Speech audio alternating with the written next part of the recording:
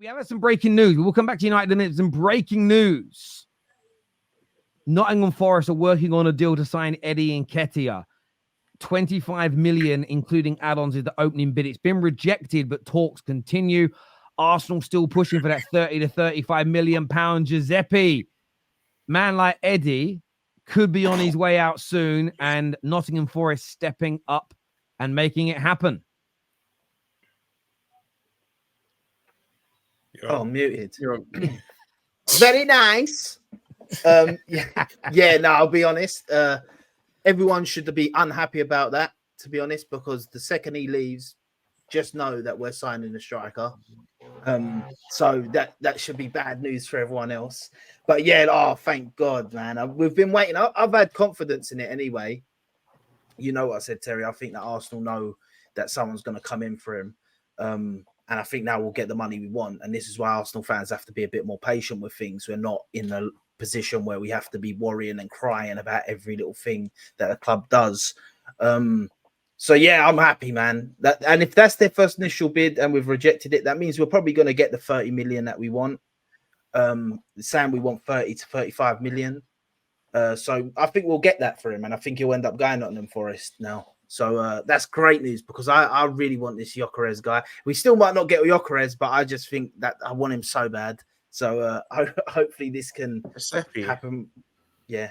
How dare you? He's been at the club for how long? Helped you out last season. How dare you? You should, bro. At least I say his name. At least I say his name. Unlike some people, bro. I'll say his name. I've said it once today by accident. But I've said it, and I'm happy with the by 25 million. And the reason I'm happy with decline 25 million is I've just seen today or whatever 25 million for Oliver Skip. Now I'm sorry, but he's a striker as well. I'm not saying they're these levels and all this stuff, but a striker going for that price when they're getting that for Oliver Skip. We need to get at least Spurs here have made it easier for the likes of McTominay and Eddie Nketiah and the like to be sold because they've got 25 million pound for an absolute scrub in Skip. I mean, an absolute scrub. So that makes it so it's set a little benchmark, and it's Scott McTominay's superior to him, and so is Eddie Nketiah. I agree, but 35 mil. Roms, what do you think Arsenal are going to do? Do you think it's going to be an inside forward or winger, or do you think they'll go for someone like a Gyökeres? I don't think Arsenal are signing a forward. I genuinely think after Mourinho, that's it. I just don't think. I think Arteta looks here. We've got enough faith in Havertz. Trossard will contribute as and when he comes on. I could be wrong, but I genuinely don't think Arsenal are going for a 9. And I do think the Havertz trajectory, I know Chelsea fans will hate to hear this, and Real fans, I think it's going to continue going up and up and up. Whether you think he's a good footballer or whatnot, I'm not saying he's clinical, but because of the volume of chances he will get in this Arsenal team, I do think Arsenal are going to put faith in him, which I think will be to their detriment because I still think he's not the needle mover to bring them to the league. But I can't see Arsenal signing another striker. That's just my opinion. Arsenal's issue isn't a goal scorer or isn't goals, it's clutch. That's what they need. They need a forward or midfielder who is clutch, because when they needed the goal against Newcastle, couldn't get it. When they need the goal against Aston Villa, couldn't get it. When there's these tight moments, when there's tight games that cost them points this season, which weren't many, you were lacking in clutch players, and that's all they need. That's one more clutch player in that team. And I think that title can go to Arsenal. I really do. And I don't know who it is. Is it a Gyökeres? Is it an inside forward? Is it an attacking midfielder or someone to complement that midfield? I don't know. But they do need at least one more signing. And it has to be a player who's just got that mentality to get the job done. I don't know what that would look like, but I think that's all they're missing is the goals. They got goals for days. It's a clutch moment, clutch player. KJ, do you think they will though? I know we probably know they need to sign him. I think they will. Bro, listen, first, we're not Liverpool. Let's just say that. We're not Liverpool. Yeah. I had to get that dig in. I'm starving. I'm starving. Yeah, I know you're starving, bro. I can imagine, bro. I've been there before. We signed Peter Cech and only Peter Cech in one window, bro. But listen, that's a legendary keeper, don't chat. That's a legendary. Henry, you know what it feels as well. There was the summer you signed no one as well. So we're the only team in Premier League history to not sign a player. But Spurs, that they sign players and still know how we all feel when you don't. You know what I mean, it's just. I think you're trying to winger. No, I think we'll sign. I think we sign a striker. I generally do because if you do, it's going to be Tony. It doesn't for me. God forbid. The way we roll, the way Arsenal are now, and the way Arteta is, there's no way he sells Eddie Nketiah and brings in a winger when he's got a striker that can play a winger and a striker that can play multiple positions. So that means that just to me don't seem like something Arteta will do. If the striker's the guy that's going, that's where we're signing. And that's the reason I think Arsenal have been pushing more to sell Eddie Nketiah than Reece Nelson. Because I think if we were going for the winger, we would have been more pushing to sell Reece Nelson. I'm not saying we won't get a winger.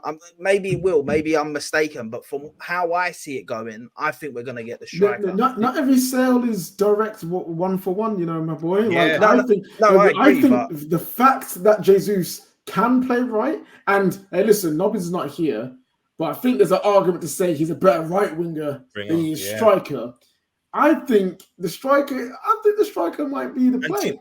Do you know what Giuseppe as well? Don't you think there's a world where Arteta and Eddie just trust Havertz's trajectory? Don't you just think that because he's kind of proved? I'm not saying he's the answer, by the way, but he is improving game by game for Arsenal. He had a strong back end of the season. He scored at the weekend. Don't you think there's a world where they trust it? Maybe, but I don't think so, man. Because I think that Arteta knows, and Arteta is probably sitting there. I'm not Arteta. I don't know Arteta personally, but he must be sitting there going, "I want this bloody league this season, bro." Like I would like we've come close 2 times, yeah, and there's been something that we've been missing. Why is he going to just put faith in? He might think so, but like you bring in Gyökeres, don't mean once again this Gyökeres guy has to be replacing Havertz. Like we play a lot of football. We're in Champions League. We're in all the cups this season. We want to go on all fronts in all competitions. So there's going to be position in for Havertz in the team up front in games. He can play other positions on the pitch. There's games where people say that he can't play the 8. Yeah, he's not an 8. Yeah, but there's certain games where you can put him in the 8. You can bring him on, or you can start him up top, and then you can drop him into the 8 mid game. Stuff like that. So I don't think that bringing in Gyökeres replaces Havertz. I just think it's a guy that can come on and be clutch. This season, I know it's only the Portuguese league and we've seen, but once again this season, 3 games, 3 goals, 3 assists from this guy. And I see his goal because now I'm watching one of them were, one of them were quality. The one where he ran down the wing and he just powered it into the goal. That one, that's what we need. A guy that can just smack it and it goes in. That's what we lack. Because the thing is, though, right? If you sign Victor Gyökeres, I think Havertz and Odegaard will rotate in the 10.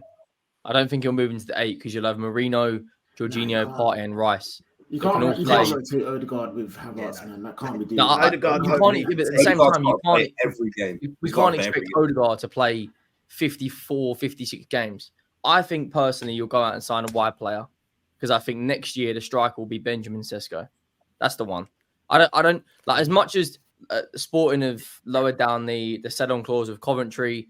I kind of thought they're anticipating a sale, but the big thing for me is going to be this year is Gabriel Martinelli. Gabriel Martinelli on that left hand. Your left hand side's pretty much sorted because if Martinelli's not performing, you got Trossard, you got Havertz, Jesus, probably Trossard or Martinelli could play in that 9 role. But for me, it's when Saka gets injured. If he does get injured, that drop off is huge, and that's why I think Arteta will bring someone in who can play both left and right, so that there isn't a significant. Because if you look at Trossard to Martinelli, there ain't really much of a drop. I mean, last year there was because he didn't score a lot of goals. But let's say hypothetically Saturday you play, is it Villa? Imagine Saka's out for 4 months, right? Imagine he's out till December, like City had with De Bruyne. That's panic stations. That is if Havertz or Jesus or Trossard or Martinelli go out, it's kind of like, well, we've got rotation.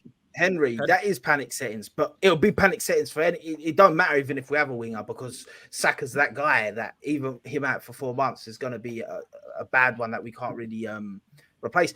But do you not think that Jesus is an adequate backup for the winger position if we have a striker? And that's how I see it.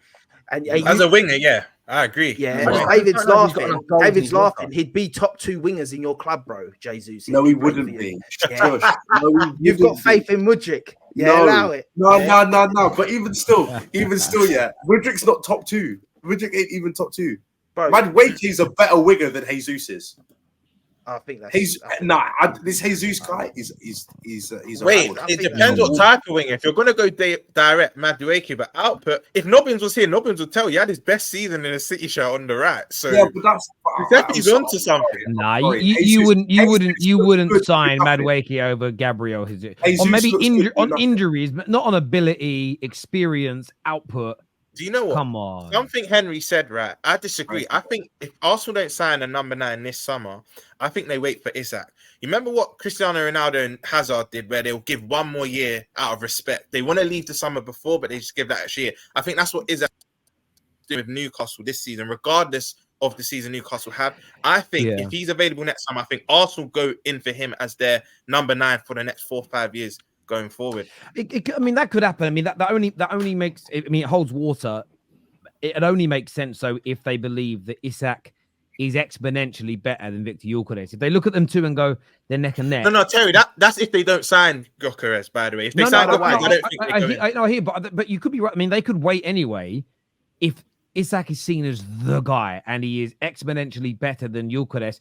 I understand waiting for that right person because if you've got, I think Gyökeres will score 15 goals a season. I think this guy could get 30. You wait for the guy that can get you 30 goals because although everyone wants to win today, a lot of your transfers should always be, it's like chess. I don't play it, but I understand the concept that not every move is about the next move. Sometimes you do something, you move a pawn for 5 moves time as an example, and you've got to be smart within that. But I might be.